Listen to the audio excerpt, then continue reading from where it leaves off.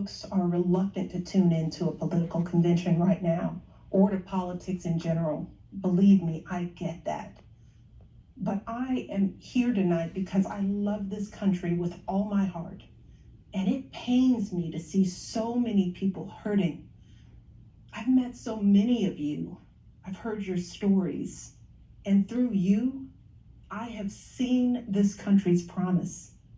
And thanks to so many who came before me, thanks to their toil and sweat and blood, I've been able to live that promise myself. That's the story of America. All those folks who sacrificed and overcame so much in their own times because they wanted something more, something better for their kids. There's a lot of beauty in that story. There's a lot of pain in it too. A lot of struggle and injustice and work left to do. And who we choose as our president in this election will determine whether or not we honor that struggle and chip away at that injustice and keep alive the very possibility of finishing that work. I am one of a handful of people living today who have seen firsthand the immense weight and awesome power of the presidency. And let me once again tell you this: the job is hard. It requires clear-headed judgment, a mastery of complex and competing issues, a devotion to facts and history, a moral compass, and an ability to listen, and an abiding belief that each of the 330 million lives in this country has meaning and worth. A president's words have the power to move markets. They can start wars or broker peace. They can summon our better angels or awaken our worst instincts. You simply cannot fake your way through this job. As I've said before, being president doesn't change who you are. It reveals who you are. Well, a presidential election can reveal who we are too. And 4 years ago, too many people chose to believe that their votes didn't matter. Maybe they were fed up. Maybe they thought the outcome wouldn't be close. Maybe the barriers felt too steep, whatever the reason. In the end, those choices sent someone to the Oval Office who lost the national popular vote by nearly 3 million votes. In one of the states that determined the outcome, the winning margin averaged out to just 2 votes per precinct. 2 votes. And we've all been living with the consequences. When my husband left office with Joe Biden at his side, we had a record-breaking stretch of job creation. We'd secured the right to health care for 20 million people. We were respected around the world, rallying our allies to confront climate change. And our leaders had worked hand in hand with scientists to help prevent an Ebola outbreak from becoming a global pandemic. 4 years later, the state of this nation is very different. More than 150,000 people have died, and our economy is in shambles because of a virus that this president downplayed for too long. It has left millions of people jobless. Too many have lost their health care. Too many are struggling to take care of basic necessities like food and rent.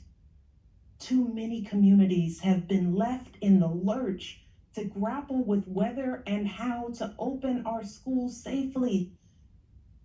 Internationally, we've turned our back, not just on agreements forged by my husband, but on alliances championed by presidents like Reagan and Eisenhower. And here at home, as George Floyd, Breonna Taylor, and a never-ending list of innocent people of color continue to be murdered, stating the simple fact that a Black Life Matters is still met with derision from the nation's highest office. Because whenever we look to this White House for some leadership or consolation or any semblance of steadiness, what we get instead is chaos, division, and a total and utter lack of empathy. Empathy.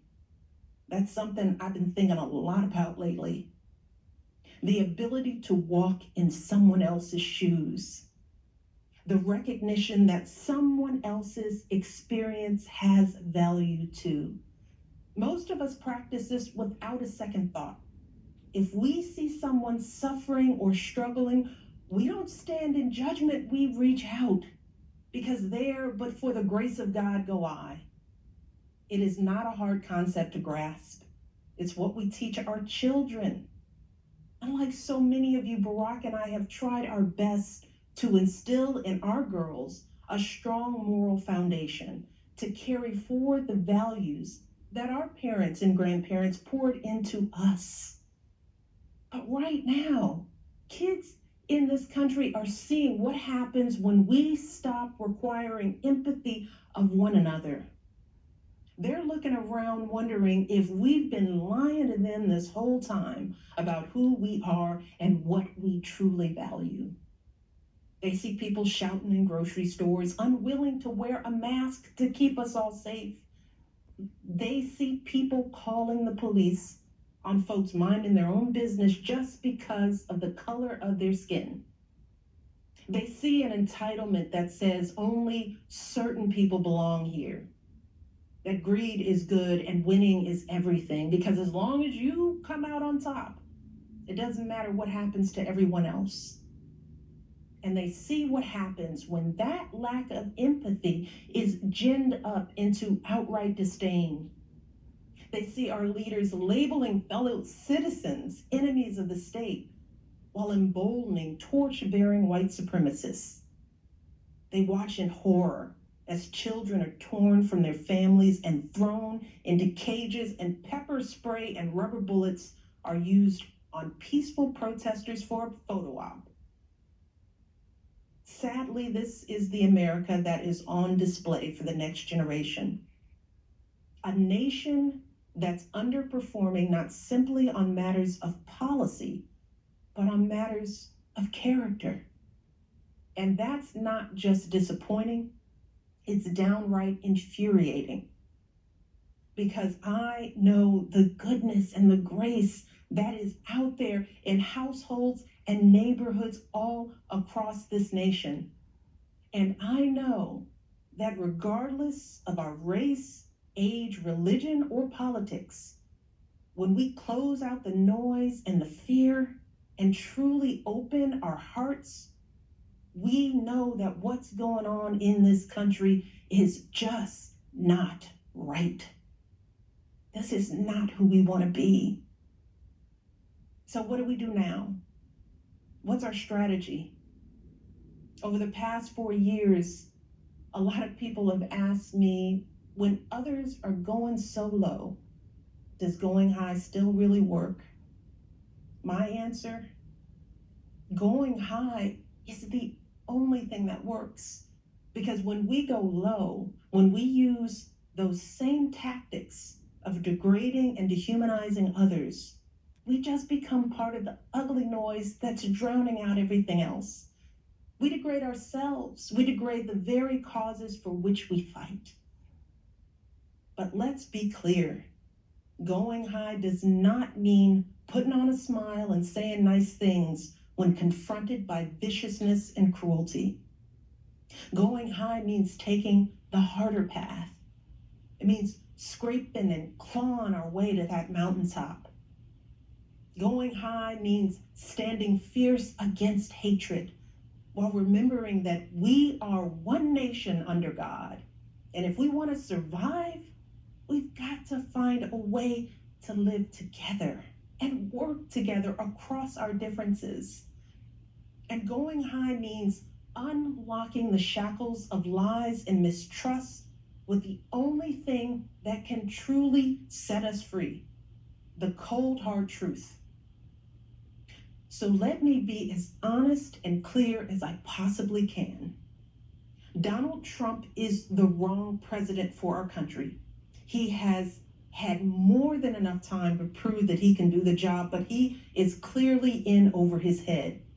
He cannot meet this moment. He simply cannot be who we need him to be for us. It is what it is. Now, I understand that my message won't be heard by some people. We live in a nation that is deeply divided, and I am a Black woman speaking at the Democratic Convention. But enough of you know me by now. You know that I tell you exactly what I'm feeling. You know I hate politics. But you also know that I care about this nation. You know how much I care about all of our children. So if you take one thing from my words tonight, it is this. If you think things cannot possibly get worse, trust me, they can and they will if we don't make a change in this election.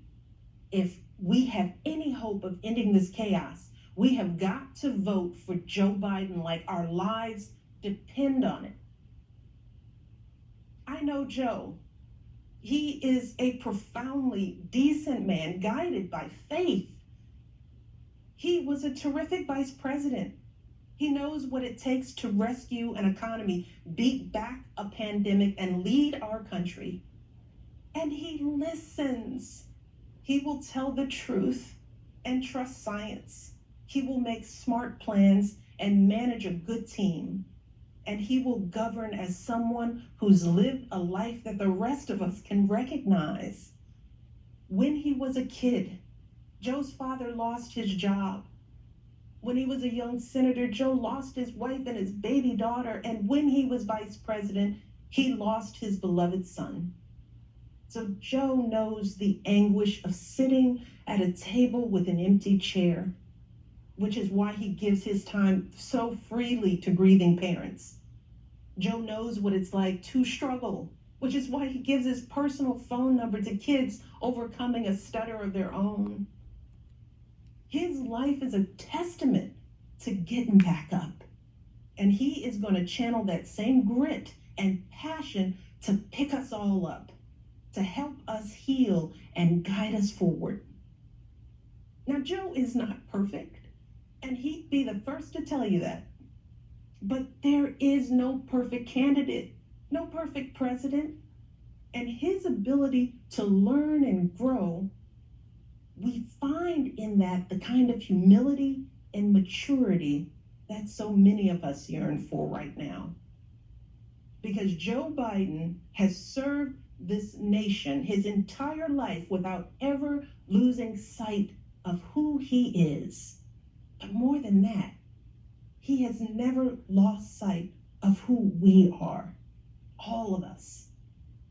Joe Biden wants all of our kids to go to a good school, see a doctor when they're sick, live on a healthy planet. And he's got plans to make all of that happen. Joe Biden wants all of our kids, no matter what they look like, to be able to walk out the door without worrying about being harassed or arrested or killed. He wants all of our kids to be able to go to a movie or a math class without being afraid of getting shot.